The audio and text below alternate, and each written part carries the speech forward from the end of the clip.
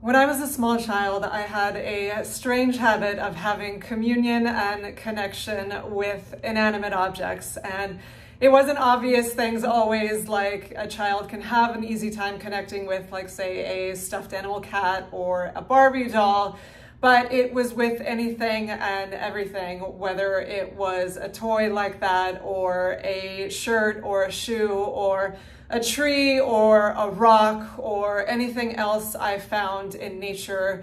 I felt a connection to anything, really, and felt that it had some sort of beingness with it that I could have communion with, have a conversation with, not always in words, but some sort of connection with it. And it wasn't anthropomorphification, that word's hard to say, in that I was projecting human qualities onto these other beings and felt like they were exactly like humans.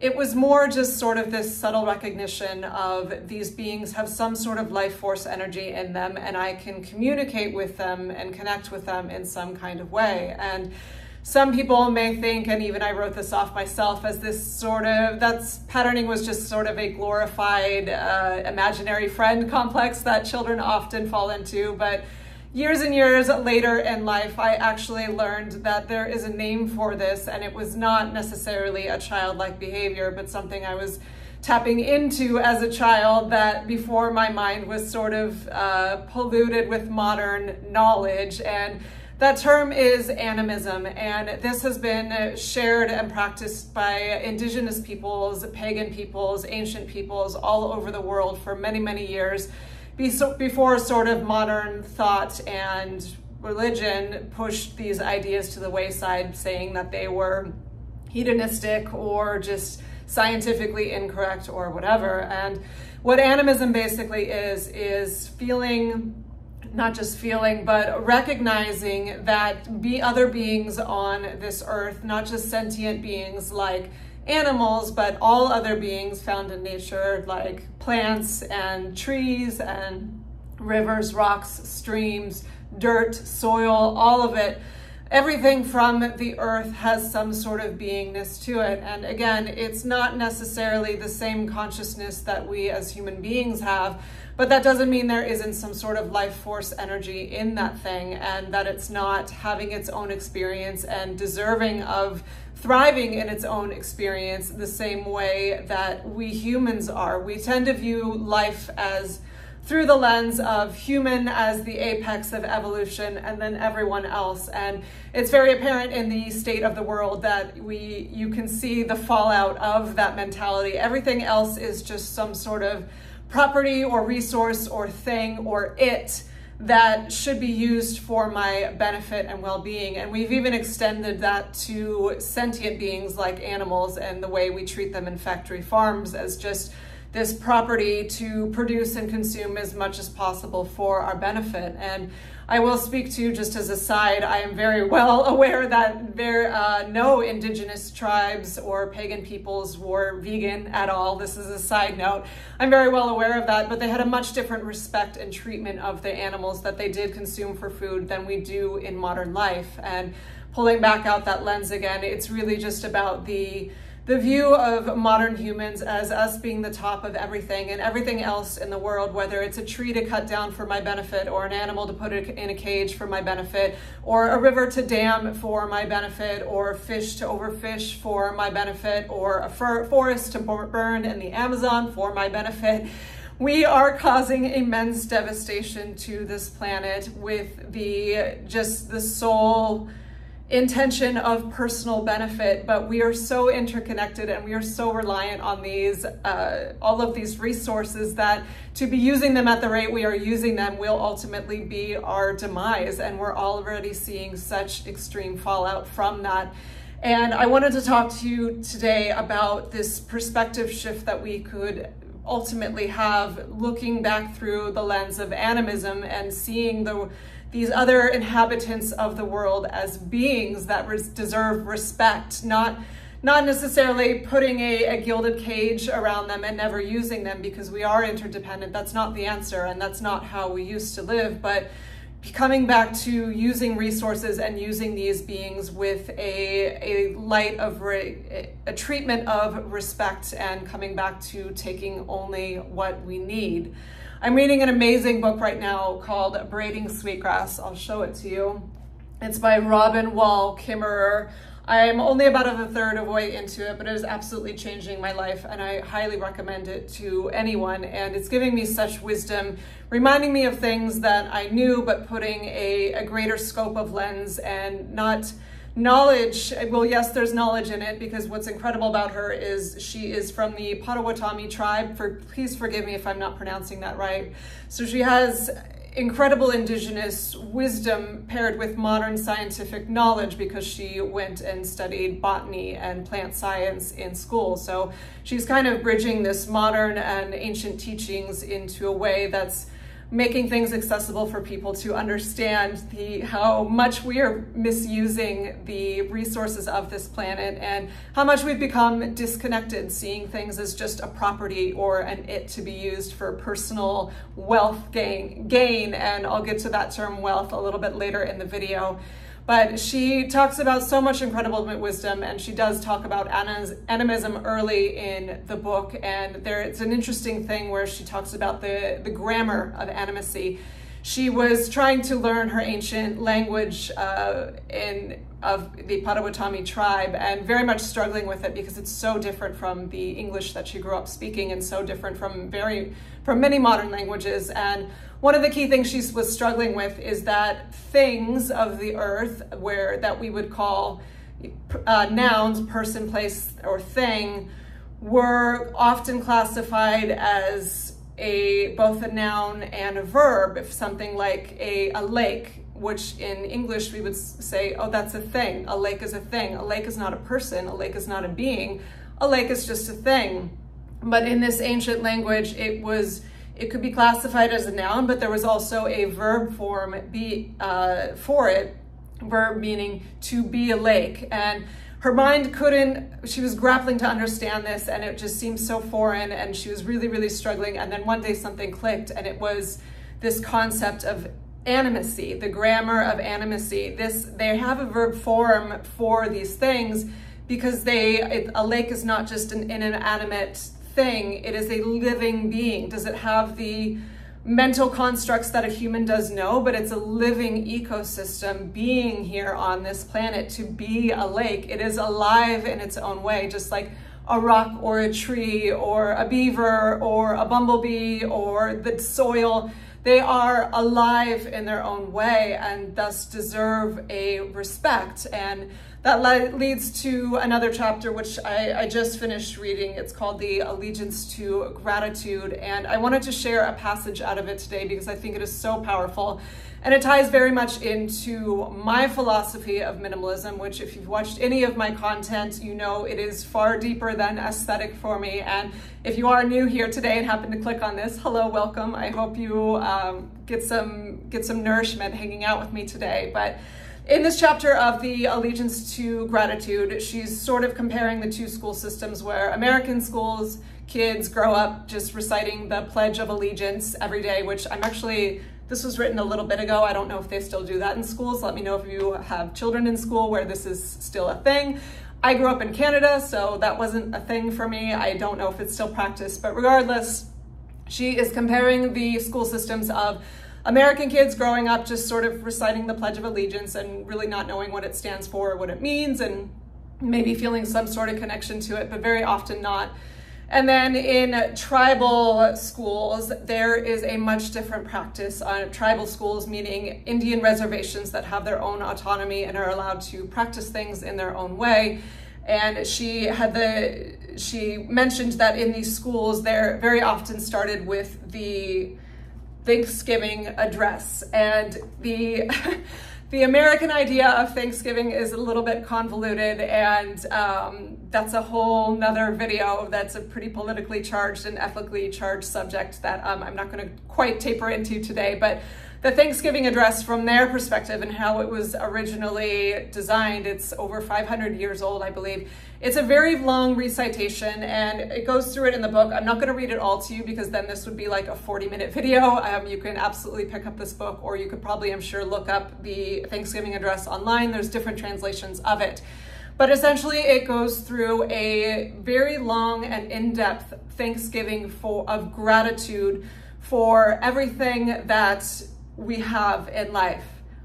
But here is a cardinal difference, because you hear the gratitude, I mean, it's all over the internet, right? And especially and gratitude is always a good thing. Let's be clear about that. However, in the West, it's kind of funny how we've construed the term gratitude and even commodified the concept of gratitude in order to get more. It's all over the spiritual wellness, law of attraction, manifestation space of, yes, be grateful for what you have because it will bring abundance. But what have we defined abundance as? More stuff. Manifest and be so grateful for what you have, and then that new Corvette will show up, or that new 5-bedroom home will show up, or that $1 million paycheck will show up, or that fame or celebrity will show up. That's how we're using gratitude in this modern world, is this idea of, okay, be grateful for what you have right now, but as a means to an end so that you can have more in the future. And that's completely missing the point. And what this Thanksgiving address does so beautifully is it goes over gratitude for everything that we have in life, but nowhere is mentioned, and of course this was written 500 years ago, so the modern accoutrements of cars and TVs and large homes would not have been on the roster anyway. But even as this address is still practiced today, it's never for material objects that don't really add intrinsic value to your life. This Thanksgiving address is giving deep gratitude to the world around us, to the animacy around us. It goes through birds, it goes through trees, it goes through berries, it goes through things like the three sisters, beans, squash, and corn, these grains that kept people alive. It goes through rivers and streams and the air and the stars and everything of the natural world, not just recognizing it for its beauty, but for our complete dependence on it. We are of nature. We cannot survive without nature. And this Thanksgiving address goes into much detail to give thanks to these things and realize the gift and the bounty of nature and how much we are dependent on Mother Nature for our existence, and to have reverence for it and complete respect for it because it is sustaining us, and not see it as an it like the modern English language would teach it. It's just an it to be used. It's just a log to be cut down so I can have whatever. It's just an animal to be put in a giant farm with billions of others of animals so I can make profit and keep prices low on things. It's just it is just a river to be dammed. It is just an ocean to be polluted with chemicals.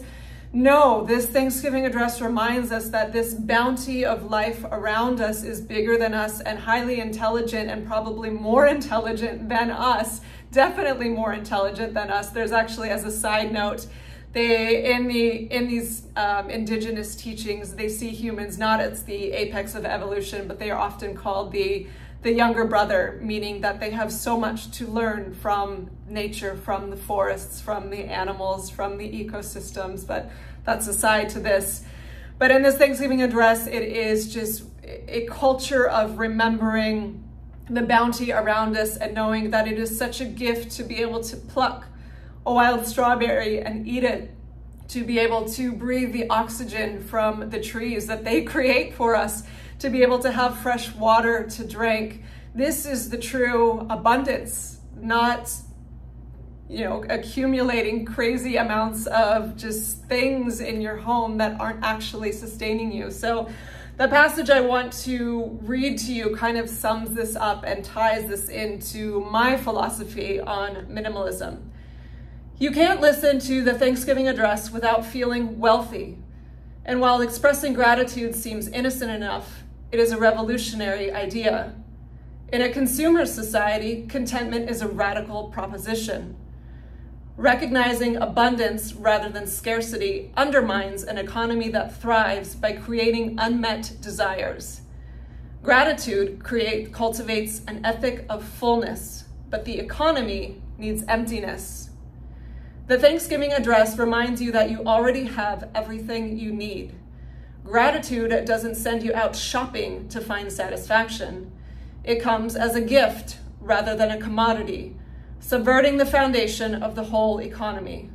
That's good medicine for land and people alike. When I read that, I teared up a little bit because it is so, so powerful. Again, this is Braiding Sweetgrass by Robin Wall Kimmerer.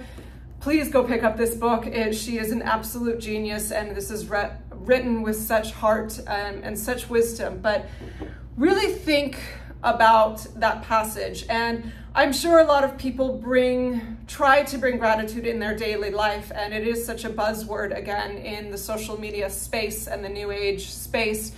But think about the difference of gratitude meaning I have everything I need and I don't need to go out and get anything else that's besides, new food for the new day, but that's the cycle of nature. Nature will keep producing so long as we keep taking care of her. But are you using gratitude in that way where you're so thankful to have beautiful food that came from the earth, water that came from the earth, gratitude for the trees that are giving you oxygen, gratitude for the soil and the bugs in the soil that are allowing decomposition to happen so that new life can come in the spring and give you nourishment? Or are you saying, I'm so grateful for this house, which having a roof over your head, yes, that is a good thing, but gratitude for material possessions is a very, very different thing. And gratitude being used as a means to an end, trying to cultivate a feeling of gratitude so that you may ultimately have more material possessions, this is completely missing the point. And as far as wealth, she speaks to wealth, but wealth for me and for these indigenous peoples means something very different than the wealth that so many people are striving after today. And the wealth, this pursuit of wealth, the idea of I just need more and more and more. I need to see my stock portfolio growing.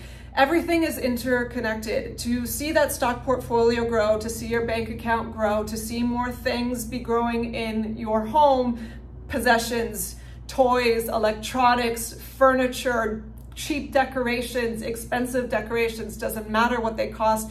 They all use some kind of resource from the planet. And when you are taking so much and into your life, it is taking from the natural world. When we are taking more than we need, it is at the expense of something else. And I'm not saying, people often get someone just recently in the comments, but this is a common misconception that, oh, because you're not obsessed with wealth and you don't like owning so many things, you're communist, and you think no one should be allowed to have wealth and we should all just give over our control to the government.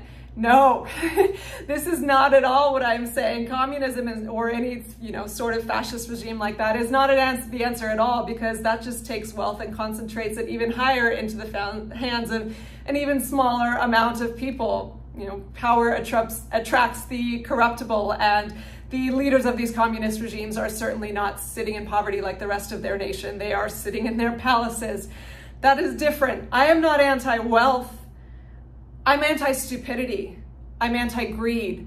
I'm anti-taking more than you need. I am anti-having such myopic vision that you are so focused on building your castle, your fortress, your bank account, your stock portfolio, that you can't see the world is dying around you, that half of the children on this planet don't have clean water to drink or good food to eat, that the forests are dying, that the oceans are dying, that we are running out of clean air to breathe, that we are just mounding up piles of trash in third world countries, and it is all interconnected. We are in a global economy of use. You may say, well, I do my part and I donate to a charity here and there, or I recycle or whatever, but when you are consuming far more than you need with your hard-earned money, you are undeniably contributing to the problem. We all are. And again, comes down to personal responsibility. That's why I don't rely at all on government mandates or just waiting for something to shift in office, or waiting for Team Red to get in or Team Blue to get in or Team Purple, whoever, because it's all kind of just for show. The economy is something we can have control over. We vote with our dollar. We vote with our choices. I'm not saying don't have wealth. I'm saying have wealth and make better choices. What if being a millionaire didn't mean having a mansion, but it meant you're building schools, you're building orphanages, you're contributing to forest reforestation, you're contributing to acts of conservation. Those are things that maybe the government can help with by creating mandate to, oh, maybe we shouldn't just log the shit out of this entire forest because we might need it. Yes, we need it. What if being a millionaire meant using your voice to show that money doesn't have to equate to resource consumption? Money can be used as a tool. Money is neither good nor bad. We've just been using it for bad because we are caught up in greed. The indigenous term for this was wediko. They couldn't understand why these Europeans came over and took far more than they actually needed. Yes, take a fur to clothe yourself in the winter, but why do you need 7, 8, 9, 10, 11, 12? Why do you need a home that's 20 times bigger than you need? Why do you need to fill that home with useless objects that took resource from the planet in some capacity that you never use? With toys that you never use? Why does wealth have to equate to resource taking? Why not resource giving? Use your wealth to create new ideas and constructs of what money can be used for on this planet. Because these things, these cars, these homes, these stock market portfolios, they're not actually making you happy. You may think they are, but why are some of the wealthiest countries in the world the most depressed, the most anxious, the most caught in addiction? Because we don't have gratitude for the right things. We are worshiping the dollar and worshiping toys and electronics when we should be worshiping the land. What if we gave thanks to the land? What if our gratitude was not trying to create abundance of things, but abundance in our heart and abundance what was given to us from the earth?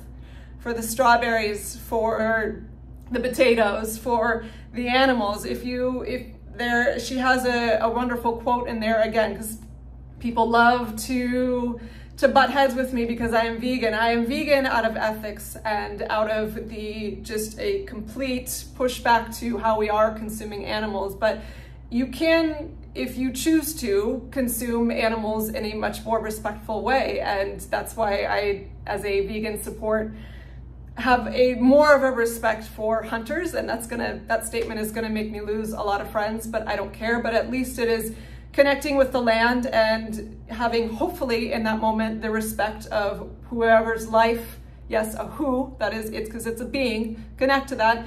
If you can connect to that being and have respect and reverence for its giving its life for your life, okay. But as she says in this book, and she's not vegan, but putting an animal in a cage for its entire life where it's sitting on top of millions of other animals in absolute misery, and then giving it a very violent and painful death, and then having it sent to a factory and filled with artificial fillers and preservatives, and then wrapped up in plastic and shipped on a truck, and so you can handily just go pick up that piece of plastic with no effort. That's not respect and reverence. That's not gratitude, as she calls it. That is a theft of a life.